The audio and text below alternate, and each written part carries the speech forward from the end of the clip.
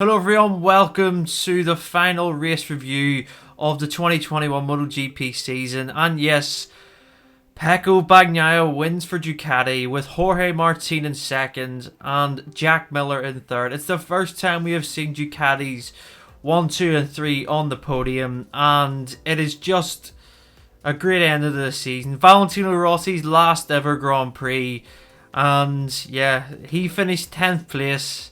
Everything seems a bit okay in the world right now. MotoGP is just exploded with messages, support, love for Valentino Rossi. We'll get on to Rossi's race in a bit, but the race review, it's pretty much what we expected coming in here.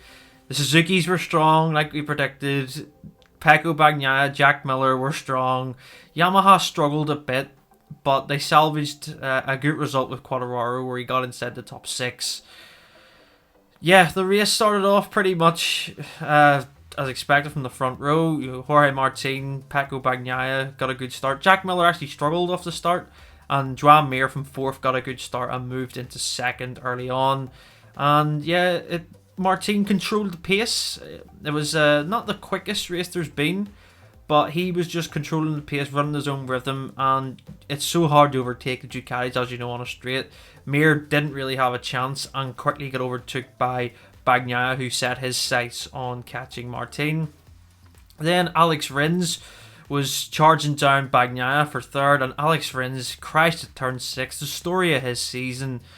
I mean, Alex just keeps crashing out of great positions, and I hope for 2022 he can do something a little bit more of a consistent basis where he doesn't crash as much, because he does have a lot of raw speed.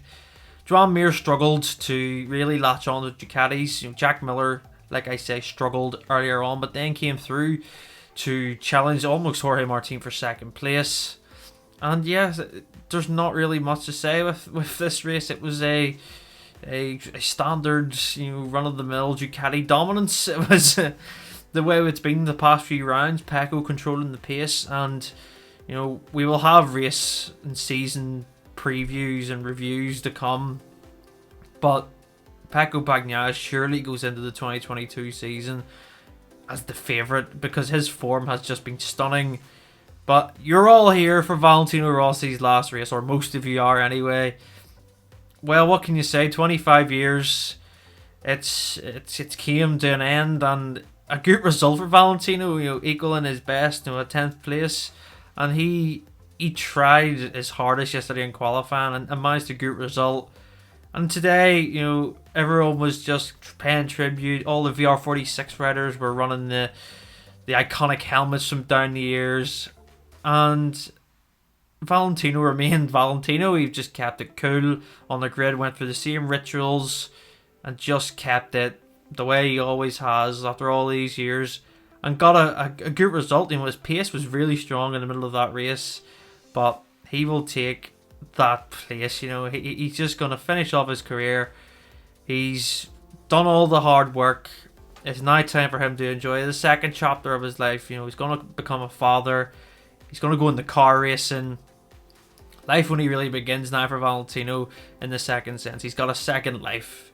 And the tributes at the end, with all the riders stopping off and shaking hands with him, and being there, and Quartararo carrying around the 46 flag, Pecco winning with the 2004 championship winning helmet.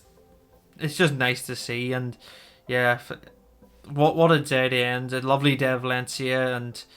And finally, I just want to give a quick shout out to Danilo Petrucci, Iker Lecuona, Tom Ludi, everybody that's leaving the paddock, especially Danilo Petrucci and Tom Ludi. Tom Ludi has been racing for as long as I can remember, watching the lower classes of Grand Prix racing. A legend, the 4th all time in Grand Prix starts, 2005 125 world champion, a brilliant servant to motorsport. Tom, I wish you all the best the rest of your career. An unbelievable journey you've had to get to this point. So many times he was fighting against Alex Marquez, Marc Marquez in Moto 2. It was just, he's always been there. A figure that has always maintained a real solid level, and he can get Grand Prix wins. He moved into MotoGP, of course, a real legend of Swiss motorsport, and yeah, what a servant to MotoGP. You know, what a legend. And also Danilo Petrucci, the man was crying before the race had even began. Danilo, what a character. I mentioned it in the preview. A legend, just a really nice guy, straight up. His story is just great. It's almost a movie for how he came to MotoGP. No one gave him a chance because of his weight. He done it the hard way, and he goes into a new challenge with Dakar now. And also Remy Gardner, the 2021 Moto2 World Champion. There'll be more reaction to that on the MotoGP podcast that we have. But Remy, what a season. Fantastic. So happy for him to get this championship. Great for Australia. And what a day. What a day.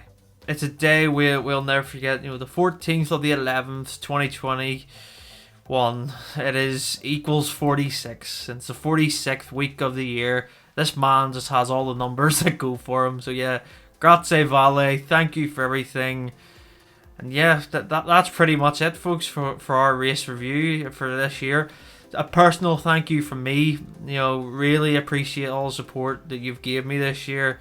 I've really enjoyed everything that I've done on Christ this year. More to come next year, bigger and better. So thank you very much for all your kind words and your comments throughout this season. We will see you in the off season for previews, some interesting videos we've learned, and of course our MotoGP podcast with Keith Ewan, Harry Benjamin and Pete McLaren will continue. Make sure to subscribe to Christ MotoGP for more content, and I will see you in 2022.